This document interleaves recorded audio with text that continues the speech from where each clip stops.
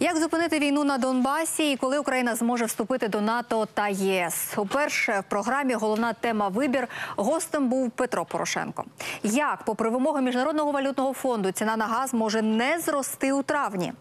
І чи не висохне джерело соціальних виплат одразу після виборів? Дивіться, ми продовжуємо цикл «Україна обирає президента».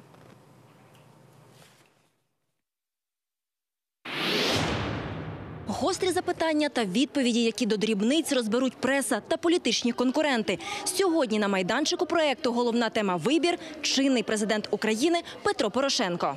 Разом з Оленою Кот його опоненти – ведучі каналу «Україна» Анна Панова та Олег Панюта. Перша тема – війна на Сході. Закінчити її за лічені тижні – це була одна з головних обіцянок кандидата в президенти Петра Порошенка ще 2014-го, нагадує ведуча. Та агресія Росії триває досі, а переговорний процес фактично завмер. Путін відмовляється співпрацювати з вами, ви із ним. Тож яким політико-дипломатичним шляхом ви будете розв'язувати війну? Якщо можете, то ми хочемо почути конкретно і покроково. Україна проти вирішення конфлікту силою, каже президент. Київ і далі буде дотримуватися мінських домовленостей, які визнав увесь цивілізований світ. А міжнародний тиск на Росію та посилення української армії змусять Кремль врешті поступитися, переконаний Порошенко. Путіна немає іншого виходу. Росія зараз платить надзвичайно високу ціну за санкції і за свою авантюру, із анексією Криму, і з агресією на Донбасі. За оцінками агентства Bloomberg, Росія втратила 150 мільярдів доларів лише із-за агресії. Росія втратила 10% свого валового внутрішнього продукту. Росіяни, різко впав їх рівень життя. Росія не зможе і не буде продовжувати цю лінію. І саме тому спільна позиція світу, підтримка України і Петра Порошенка з боку керівництва Сполучених Штатів Америки, Євросоюзу. Це було продемонстровано позавчора під час мого візиту в Брюссель, де вперше керівники 3 європейських інституцій – Європарламенту Антоніо Таяні, Єврокомісії Жан-Клод Юнкер і Європейської ради Дональд Туск прямо напередодні саміта зробили міні-саміт з Україною і дали абсолютно чіткий меседж. Українці, Україна. Ми з вами. Україна впевнено крокує в напрямку ЄС та НАТО, каже Порошенко. Анна Панова закликає не давати порожніх обіцянок українцям. Досвід Македонії, яка нині приєднується до НАТО, вони подавали заявку на вступ 99-го року, тобто минуло 20 років. Давайте чесно говорити українцям, про які терміни фактично може йтися. Порошенко ж наполягає, Україні вдасться пройти шлях швидше, бо коли Росія розв'язала війну, зруйнувалася і європейська, і світова система безпеки, яку боронить Україна. На моє глибоке переконання, запишіть.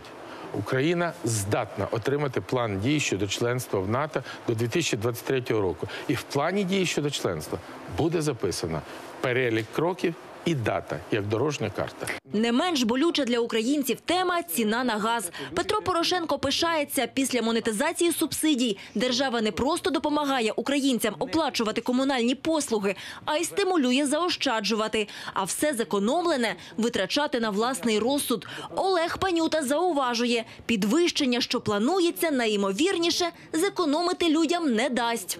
Пане президенте, дивіться, зараз березень теплий, лютий теплий, люди отримали компенсацію у вигляді грошей. Є велика спокуса, поки до наступного опалювального сезону час дійде, є велика спокуса ці гроші використати. Але наступний опалювальний сезон буде вже за зовсім іншими тарифами, зовсім іншими цінами. І люди фактично те, що накопичили, вони віддадуть все за новими платіжками.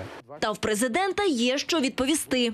Олеже, хочу вас розчарувати, що на сьогоднішній день змінилися оптові ціни на газових ринках. Було відповідне повідомлення і українського уряду, це зробив прем'єр-міністр Володимир Борисович Гройсман, і відповідне повідомлення НАК «Нафтогаз», що поточна ситуація дозволяє не підвищувати тарифи. І я буду твердо стояти на позиції, що сьогоднішня цінова ситуація і прибутковість НАКу «Нафтогаз» і підвищення ефективності, бо ми менше почали споживати газу. Влада розгорнула масштабну програму підтримки соціально незахищених верств населення, каже Порошенко. Допомагали найактивніше, звичайно, в останній рік. Бо після фактично переддефолтного стану 2014-го треба було відродити економіку. Нині темпи зростання ВВП України вищі, ніж в будь-якій країні СНД, зокрема в Росії. Економіка зростає 3 роки поспіль. З'явилося підґрунтя, щоб оголосити війну бідності. Її подолання Петро Порошенко прирівнює до питань національної безпеки. Та політичні опоненти, каже Олена Кот, таку соціальну активність влади називають заграванням із виборцями. Мої опоненти так формулюють. Мої опоненти не просто так формулюють, а ще й вони зареєстрували в парламенті проект постанови парламенту щодо заборони Порошенко, уряду, коаліції підвищувати пенсії, називавши це підкупом. Заборонити виплачувати компенсації, заборонити монетизовувати субсидії. І я хочу покаятися. Я збираюся всі 5 років, в тому числі і найменш захищені верстви населення, підкупати, виплачуючи їм високі соціальні виплати. Ставити оцінку своїй роботі, каже Петро Порошенко, не буде. Це зробить народ 31 березня. Наголошує, докладе усіх зусиль, аби вибори пройшли чесно і їх визнав цивілізований світ. Буде абсолютно жорстка і чітка вимога до правоохоронних органів – захистити виборів, зупинити екстремістів, не дати можливість пролитися крові. І хочу запевнити наших українських громадян, що я як президент буду докладати максимум зусиль для захисту конституційних прав і свобод громадян. Головне політичне шоу країни, головну тему «Вибір» за участю президента подивилося 5 мільйонів українців.